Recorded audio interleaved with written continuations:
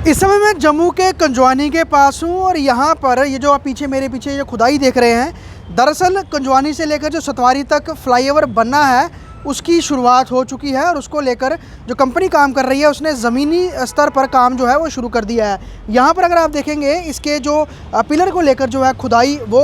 कर दी गई है और इसके अलावा जो साइड पर जो इन्होंने बैरिकेड्स हैं वो लगा दिए गए हैं ताकि ये जो पोर्शन है यहाँ पे पता चल सके कि इस फ्लाईओवर का काम जो है वो चल रहा है और वाहनों को यहाँ पर जो आने जाने की जो है दिक्कत परेशानी ना हो जो दोनों तरफ से जा रहे हैं। आपको मैं बता दूँ कि लगभग 1800 करोड़ की लागत से कंजवानी से लेकर सतवारी तक का ये लगभग 4 किलोमीटर लंबा फ्लाईओवर बनने जा रहा है, जिसकी डेडलाइन 2024 तक है, यानी कि 2024 तक इसे कंप्लीट होना है। लेकिन ये जो प्रोजेक्ट बहुत अहम भी है क्योंकि दिल्ली अमृतसर कटरा हाईवे का ये एक एक्सप्रेस हाईवे का एक पार्ट भी है। इसके अलावा इसका जो पहला जो स्टेज है सेक्शन है वो जख से लेकर कंजवानी तक का एक फ्लाईओवर वो भी उसका भी निर्माण कार्य शुरू हो गया है और जो इस पर्टिकुलर सेक्शन की बात है ये सेक्शन जो है 2024 तक कंप्लीट होना है और इसको लेकर अब यानी कि 2022 के अंत में काम शुरू ज़मीन पर हो गया है और 1800 करोड़ की इसका जो बजट है वो फिक्स किया गया है।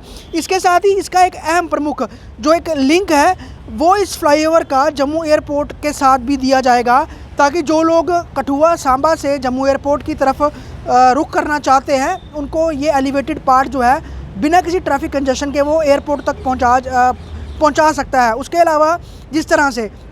जम्मू शहर में वाहनों की बहुत ज़्यादा संख्या बढ़ गई है और ख़ास तौर पर ये जो स्ट्रेच है ये NH 144 का पार्ट है और इस 144 के पार्ट में शहर के अंदर से जो है वो सड़क गुजरती है, तो यहाँ पर ये एलिवेटेड पार्ट बहुत हेल्पफुल रहेगा। इसके अलावा जो जख से लेकर कंजवानी तक का पार्ट है वो NH 44 के तहत जो है वो बनाया जा रहा है और ये इसकी कंपनी की जो इस पूरे प्रोजेक्ट की जो देख रेख है वो NHAI के अंतर्गत जो हो रही है और ये जो परियोजना है ये दिल्ली अमृतसर कटरा के तहत बनाया जा रहा है। तो यहाँ पर आपको काम होता हुआ दिखेगा, भी मशीन्स यहाँ लगी गई हैं और जो इसके पिलर्स को लेकर यहाँ पर फाउंडेशन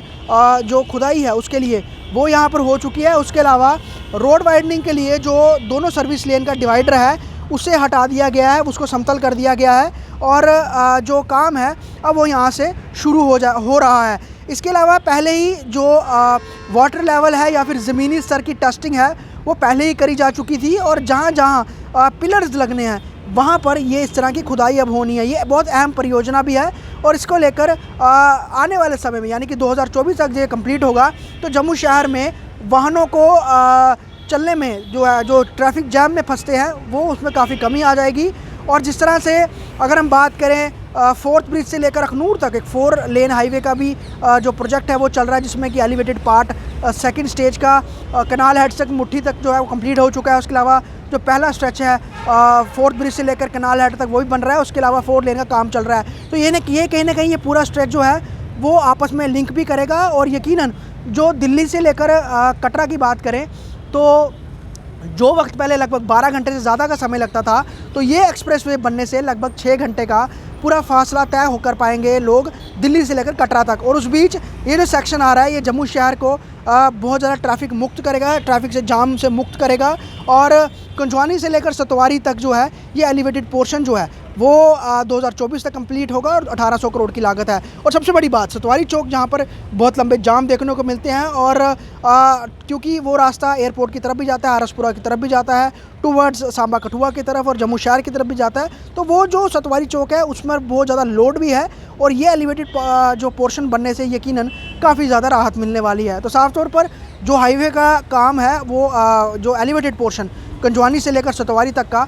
NH 144 का वो शुरू हो गया है। इसके अलावा जख से लेकर भी कंजवानी तक का जो एलिवेटेड पार्ट है उसका भी काम किया जा रहा है। उसके पीछे जो है वो लेन्स का एक्सपेंशन भी चल रहा है। तो ये पूरा प्रोजेक्ट जो है इस समय जम्मू खिते में जम्मू प्रोविंस में चल रहा है और आने वाले समय में इससे जम्मू का जो पूरा कह सकते हैं कि ट्रैफिक का एक जो बड़ी समस्या है उससे निजात मिल सकती है।